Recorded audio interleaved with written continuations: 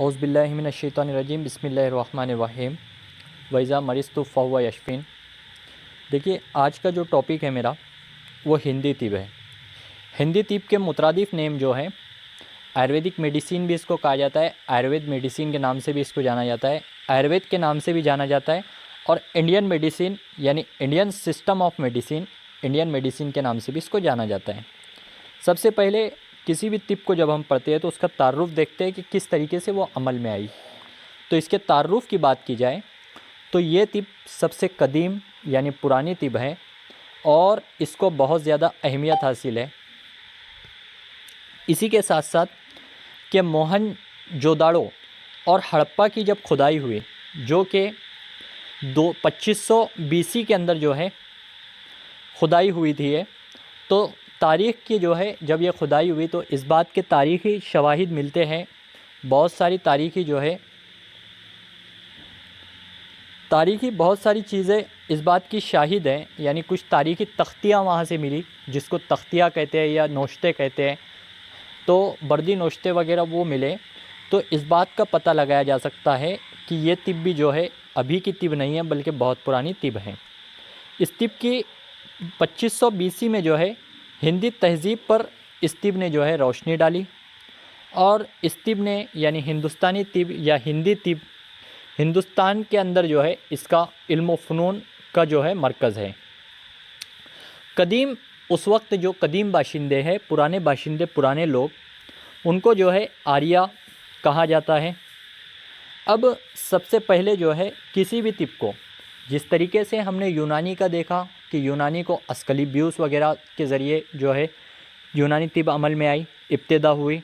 फिर उसके बाद जो है हमने बुकरात को पढ़ा कि बुकरात ने किस तरीके से तिब को फैलाया। इसी तरीके से हिंदी तिब का भी आता है। सबसे पहले कि हिंदी तिब की जो इब्तिदा हुई, हिंदी तिब की इब्तिदा ये जो है हिंदू धर्म के अकायद पर है। सबसे पहले कि हिंदू धर्म के अकायद जो है ये देवी देवताओं के ऊपर मुनहसिर है। उस वक्त ये था कि ब्रह्मा एक भगवान है। जिस तरीके से हम अल्लाह को मानते हैं, इसी तरीके से नऊज़ बिल्लाह हिंदू धर्म वाले जो है ये लोग भगवान ब्रह्मा को जो है तिब का जो है मौजूद बताते हैं। अब ये तिब जो है देवी देवताओं के ऊपर पूरा इसका इन्हिसार था और उस वक्त जो है फ़ने तिब के अंदर जो है दो देवता थे। एक का नाम है दक्षिण प्रजापति और दूसरा है अश्विनी कुमार। फिर इन दोनों देवी देवताओं ने क्या किए, कि एक अपने जो है शागिर्द को सिखाया तिब, यानी इंद्रा तक पहुंचाया। उनके शागिर्द का नाम जो था वो इंद्रा था।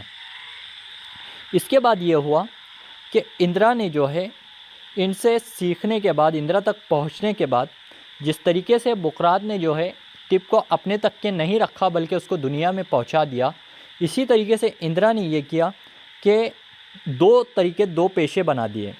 एक पेशा जो है तिब का ये बनाया कि तबाबत की बुनियाद पर एक बनाया और दूसरा जो है जराहत की बुनियाद पर बनाया। अब तबाबत की बात की जाए तो पहले हेडिंग डालना है तबाबत उसने जो है भगवान भारद्वाज को सिखाया, जो कि भारद्वाज इंद्रा का शागिर्द बना पहला तबाबत सीखने के लिए। और फिर भारद्वाज ने क्या किया कि अपने शागिर्द आत्री को जो है इल्म सिखाया।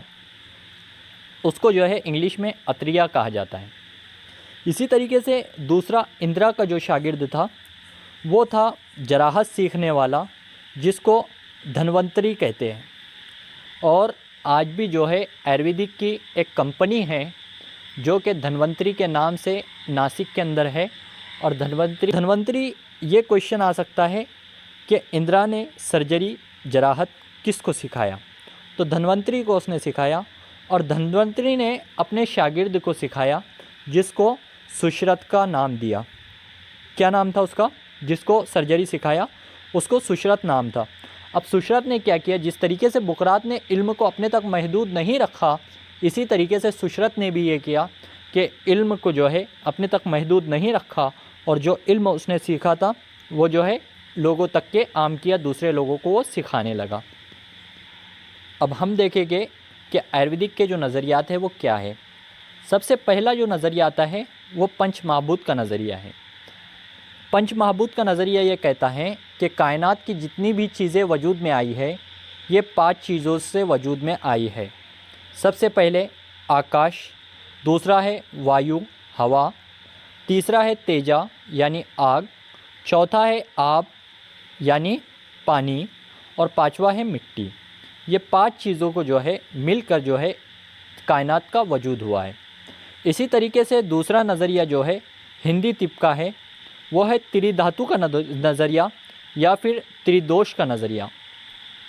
इसमें क्या होता है कि सेहत व मर्ज़ का जो है इम्कान इस नज़रिए के ऊपर टिका हुआ है और वेदों ने ये बताए कि बदन इंसान के अंदर पंचमहाभूत के साथ आत्मा या दोष का होना ज़रूरी है। इसी तरीके से त्रिदोष के त्रि के मानी होते 3 के, दोष के मानी वात पित्त कफ, 3 जमातों में उसको तकसीम किया।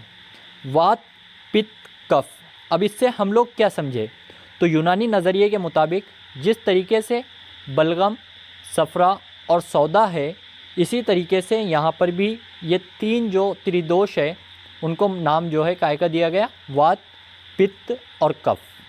कफ से मुराद बलगम है, पित्त से मुराद सफ़रा है और वात से मुराद सौदा है। शायद इसको देखना पड़ेगा क्योंकि पूरी कंपलसरी जो हिस्ट्री है वात पित्त कफ उसी से मुराद है। इसी तरीके से तीसरा एक नज़रिया है जो शरीर का नज़रिया है। शरीर का नज़रिया ये है कि जिस तरीके से एनाटॉमी और फिजियोलॉजी के ऊपर ये नज़रिया पूरा टिका हुआ है। इसके अंदर टेंडन है, ऑर्गन है वगैरह, जो भी फंक्शन वगैरह जितने भी चीज़ें आती है एनाटॉमी फिजियोलॉजी में, वो सारी चीज़ों का यहाँ पर मुआयना और नज़रियात उन्होंने बताए हैं। अब क्वेश्चन आता है कि तशख़ीस के ज़राए हिंदी तिप के अंदर कितने हैं। तो एमसीक्यूज़ के अंदर ये क्वेश्चन इंपॉर्टेंट है। 8 तशख़ीस के ज़राए हैं, जिसको नाड़ी पहला है, पल्स कहते हैं।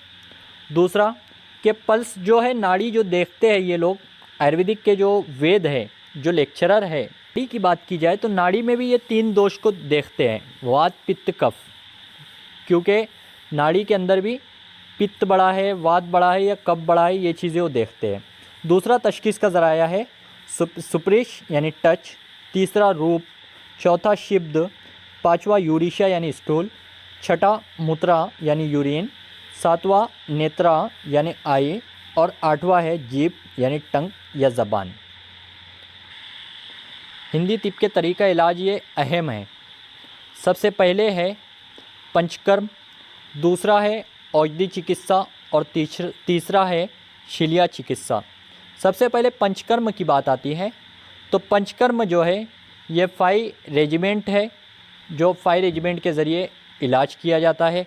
इसी तरीके से औषधि चिकित्सा, जिसको फार्माकोथेरेपी कहते हैं, जिसके अंदर जिस तरीके से हम यूनानी के अंदर मुफ़रद दवाओं से और मुरक्कब दवाओं से इलाज करते हैं, इसी तरीके से यहाँ पर भी जो है दवाओं से इलाज किया जाता है। और शिलिया चिकित्सा ये जो है सर्जरी के ज़रिए यहाँ पर इलाज किया जाता है। और सर्जरी का जो है यहाँ पर टॉपिक आया है तो एक क्वेश्चन ये लिख कर रख लो कि आयुर्वेदिक का सर्जरी का अबुल जराहत जो है आयुर्वेदिक में वो कहा जाता है सुश्रत को। सुश्रत को जो है क्या कहा जाता है, अबुल जराहत आयुर्वेदिक का।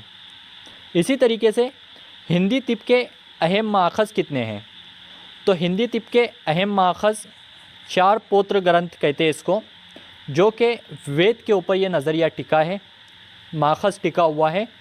पहला है ऋग्वेद, फिर है यजुर्वेद, सामवेद और अथर्ववेद। और सबसे ज़्यादा जो अथर्ववेद के अंदर सबसे ज़्यादा मालूमात वाबस्ता है, लिखी हुई है। इसी तरीके से अब आता है क्वेश्चन कि मशहूर तबीब जो आयुर्वेदिक के हैं वो कौन कौन से हैं। सबसे पहले जो है कि सुश्रत, दूसरा है चर्क, तीसरा है नागार्जुन और चौथा है वाग्भट। ये 4 तबीब सबसे अहम हैं, इनको लिखना ज़रूरी है। इसके बाद ये लिखना है कि सुश्रत को डिफ़ाइन करना है कि सुश्रत ने जो है ये एक तबीब था जिसने 4th सेंचुरी में एक किताब लिखी जिसको सुश्रुत संहिता का नाम दिया। इसी तरीके से चर्क ने एक किताब लिखी जो तिब्बत की बुनियाद पर थी, हिंदी तिब्बत की बुनियाद पर एक किताब लिखी जिसका नाम उसने लिखा है चर्क संहिता, जिस किताब का नाम है। और चर्क संहिता को हिंदी तिब्बत की इंसाइक्लोपीडिया कहा जाता है। यहाँ तक के ये जो टॉपिक हमने कवर किया है ये हिंदी तिब्बत था। उम्मीद करता हूँ कि सबको समझ में आया होगा। जज़ाकल्लाहु खैर।